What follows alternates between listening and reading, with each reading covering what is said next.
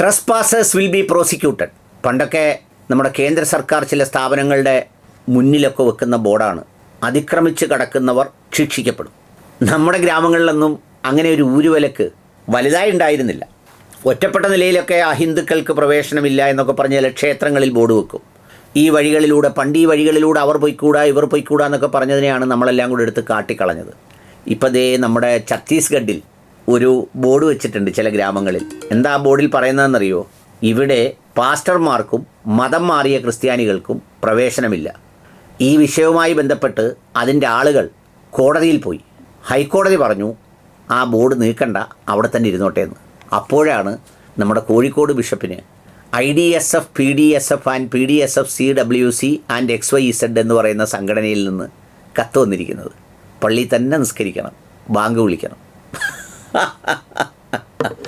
എന്തെല്ലാം കോമഡികളാണ് നടക്കുന്നതെന്ന് ഒട്ടും ആലോചിച്ചിട്ട് മനസ്സിലാവുന്നില്ല. ഏതായാലും അതിനെക്കുറിച്ച് ചിലതൊക്കെ പറയേണ്ടതുണ്ട്. ഈ മതം മാറ്റം എന്ന് പറയുന്ന സംഗതി എന്തെങ്കിലും തരത്തിൽ പ്രലോഭിപ്പിച്ച് ജോലി കൊടുത്ത്, പൊടി കൊടുത്ത്, ഗോതമ്പ് പൊടി കൊടുത്ത്, കാശ് കൊടുത്ത് ഒന്നും ചെയ്യുന്നതിന് അണുവിട യോജിക്കുന്ന ഒരാളല്ല ഞാൻ. ഹൃദയത്തിൻ്റെ ഉള്ളിൽ ഏതെങ്കിലും പ്രത്യയശാസ്ത്രത്തിനോട് ഇഷ്ടം തോന്നി അതിൽ ലയിച്ച് ജീവിക്കാൻ, ആ കർമ്മങ്ങളാണ് വിശുദ്ധമെന്ന് തോന്നി സ്വയം ബോധ്യത്തിൻ്റെ അടിസ്ഥാനത്തിൽ ആരെങ്കിലും മാറുന്നെങ്കിൽ മാറിക്കോട്ടെ, അതിനെ തടയേണ്ടതുമില്ല.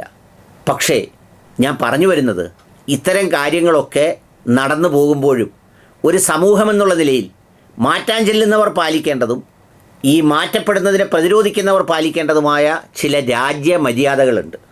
അതിൽപ്പെട്ട ഒരു സംഗതിയാണ് കഴിഞ്ഞ ദിവസം ഛത്തീസ്ഗഡിൽ കണ്ടത്. ഛത്തീസ്ഗഡിൽ ഒരു ബോർഡ് വെച്ചിട്ടുണ്ട്.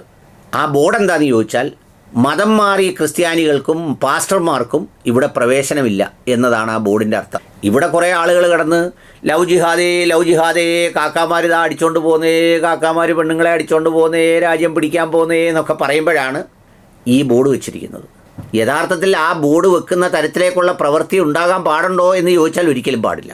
അതിനോട് ഞാൻ യോജിക്കുന്നതേ ഇല്ല. ഞാൻ പറഞ്ഞല്ലോ, അങ്ങനെ ആരെയെങ്കിലും കുറച്ച് പേരെ എവിടുന്നെങ്കിലും കൊണ്ടുവന്ന് ഈ മതത്തിനകത്ത് ആക്കി ആ മതത്തിലോട്ടാക്കി അങ്ങനെയൊന്നും ചെയ്യാനേ പാടില്ല. അതൊക്കെ കഷ്ടമാണ്. അതുകൊണ്ട് എന്ത് കാര്യമുള്ളത്? അപ്പോൾ അത് ഒരു കാര്യം. ഇനി അങ്ങനെ ഒരു ബോർഡ് കൊണ്ട് സ്ഥാപിച്ചപ്പോൾ ആ ബോർഡ് എടുത്ത് മാറ്റിയേ വേണ്ടെന്ന് ഹൈക്കോടതി. എന്തായിരിക്കും സംഗതി?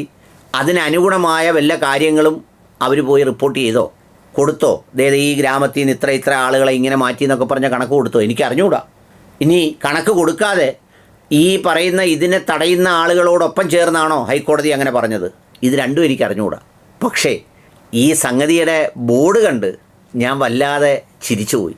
കാരണം ആ ബോർഡിന് ആധാരമായ പ്രവൃത്തിയും അതിന് പ്രതിരോധിക്കുന്ന പ്രവൃത്തിയും ഒരുപോലെ തന്നെ ചിരിക്കപ്പെടേണ്ടതാണ് എന്നുള്ളതുകൊണ്ടാണ് ചിരിച്ചു പോയത്.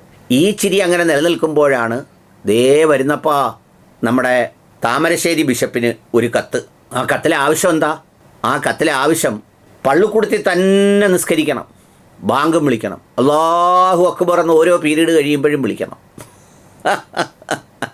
ആരാണ്ടൊക്കെ പറയുന്നുണ്ട്. ആ കത്തൊന്നെടുത്തിട്ട് അക്ഷരത്തെറ്റുണ്ടോ എന്ന് വായിച്ച് നോക്കിയാൽ ഇതാരാന്ന് അറിയാമെന്നാണ് പറയുന്നത്. അയച്ചേക്കുന്ന സംഘടനയുടെ പേര് IDFS, Islamic defence force and SWCS and CWC, WRSYUVZ and വേറെ ഏതാണ്ട് ഒരു സംഗതി.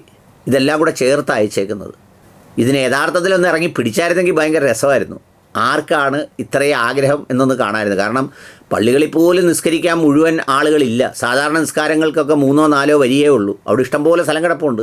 ഇനി അതൊന്നുമില്ലാത്ത താമരശ്ശേരി പള്ളിക്കൂടത്തിൽ തന്നെ നിസ്കരിക്കണം എന്നാഗ്രഹിക്കുന്ന അത്രമേൽ ക്രിസ്ത്യാനികൾ നടത്തുന്ന സ്കൂളിലേക്ക് കയറി ഇത് ചെയ്തേ മതിയാവൂ എന്നാഗ്രഹിക്കുന്നത് ആരാണ് എന്നുള്ളതൊന്ന് അറിയണം. ഇല്ല, ഹിജാബ് കത്തിക്കാൻ നിന്നിട്ട് ഒന്നും നടക്കാത്തത് കൊണ്ട് അതെടുത്ത് കോണാൻ കെട്ടിക്കൊണ്ടുപോയ കുറേ ആളുകളുണ്ട്. കേരളം കത്തിയില്ലല്ലോ എന്നിടത്ത് ആ കോണകം അഴിച്ചു വെച്ച് എഴുതിയതാണോ എന്നുകൂടി ഒന്ന് കണ്ടുപിടിക്കേണ്ടതുണ്ട്.